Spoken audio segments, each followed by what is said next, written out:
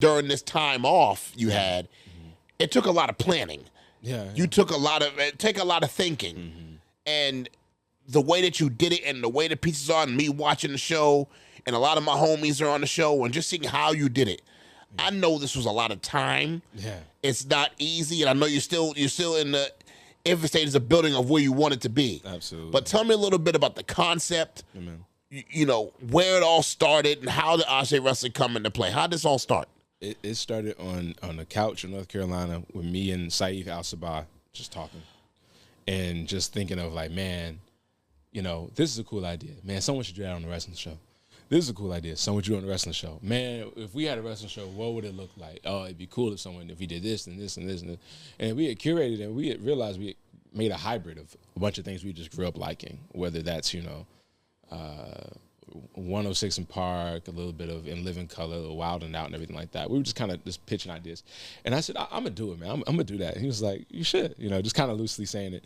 And like a couple months later, I was touring in England. I was living there for about 4 months. And I think I won't go into too much shooter mode, but there was something said where I was just like, it's something said in a public interview or public space that I was just like, man, that was really ignorant. But you know what? It showed me that ASE Wrestling was more needed than ever. You know what I mean? And it was just like, and at the time it wasn't even ASE, it was Vendetta. It was like, we wanted to do the Def Jam thing, right? Everyone wants to do the Def Jam thing. And that's why we didn't do the Def Jam thing, because I saw how many people were doing it. It was like, we got to do something else. But seeing that and me pitching the ideas, I was pitching ideas to people in 2019 for stuff we're just about to do in a couple months, and that people aren't even ready for. You know what I mean? It's really crazy. But I was just like, man, what if this? What if that? What if that? And people were like, yo, if you do it, we'll get it ready. We were saving money up, but like we're friends. Me and a few other people, a few other wrestlers, like we'll put the money in together. We were plotting money, sending money every week, and then the COVID happened, and we were like, all right, sit down.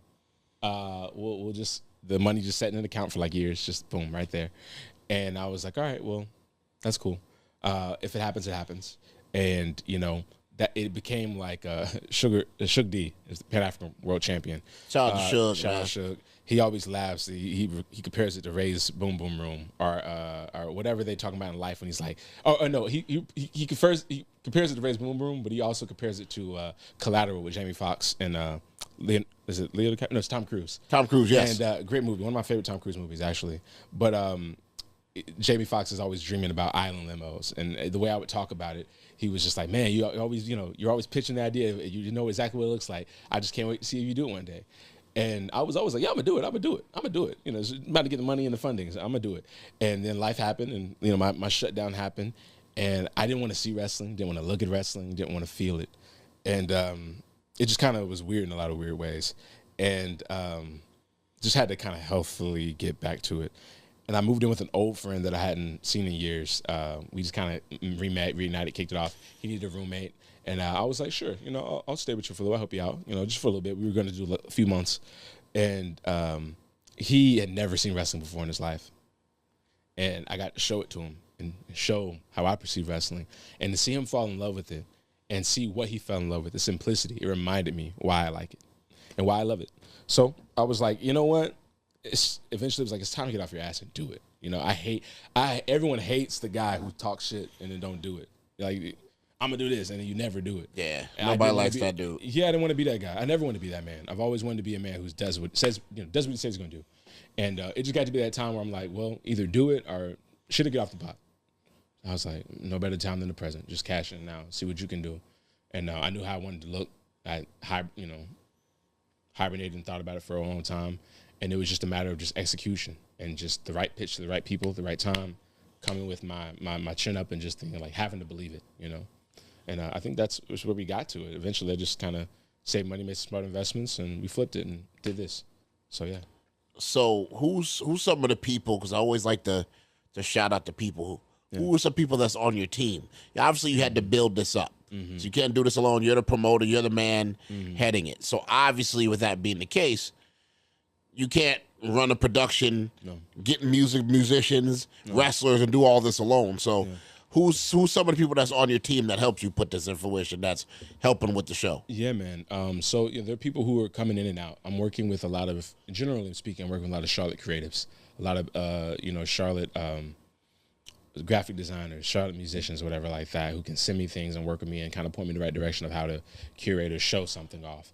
But also there was Scotty from Enjoy Wrestling. Scotty Schwimba from Enjoy Wrestling was a very good help. I had some really good business with Enjoy Wrestling a few years ago, and we've always stayed in touch. I love the way they do things. Their production was slick, and I knew what I kind of had in mind for the way we wanted to present this. So I was like, Scotty was in mind. There's a guy by the name of I'm not gonna. I'll put him over. There's Patrick Price, who now works for a different company, but he used to work for PWX and was the Switch guy. And he kind of, I told him the idea, and we kind of worked with like, okay, this is what this needs to look like. Could you help me with this? I need the production to look like this. Yes. And eventually he couldn't even do the job because he got a really good paying gig, but he pointed me to the people who could do the job, and it became a sense of community. I know someone who, I love someone who, okay, cool. Chris Lee, who's basically the head of our broadcast team. He is a shoot reporter for, local news. He's done some stuff with CBS, but he's also a former pro wrestler. And we met trying to cut our teeth at CWF Wrestling back in Burlington, North Carolina, when I was first starting out, my first year of wrestling. He walked out of pro wrestling just because it was time for him to transition to something else. He had kind of had contractual obligations with news networks and things like that. They can't really have you breaking your neck and then reporting the news. So he got out the biz, but now he's using this superpower to help me with commentary. Billy Dixon is also a big help. He's been making his own visions come to life with Paris is Bumping, with Pro Wrestling Vibe, with things like that. And so he's also a person I bounce ideas off of. So Billy Dixon, Chris Lee, Scotty Schwimba, Patrick Price, now Kevin Pierce, who's a part of Superdraw Production. He used to run production back at PWX as well. He's helped us a lot.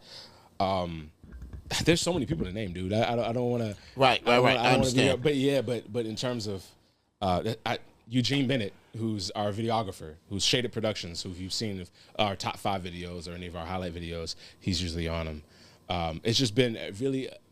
And that came with people reaching out. Just the luxury of community. It's just the luxury of community. Building relationships, like we spoke about earlier, and seeing the platform, seeing how it's presented, watching it. I'm always watching because my boy Kevin was like, "Yo, I'm about to go to ASE." I was like, "Yo, man, I gotta watch that show." No, he's doing that. So I'm watching and I'm looking at I look at everything as a creative. Different. I look at it from the vision and not necessarily just the product at hand. I'm like, wow, I'm more impressed of how you pieced everything together. Thank you.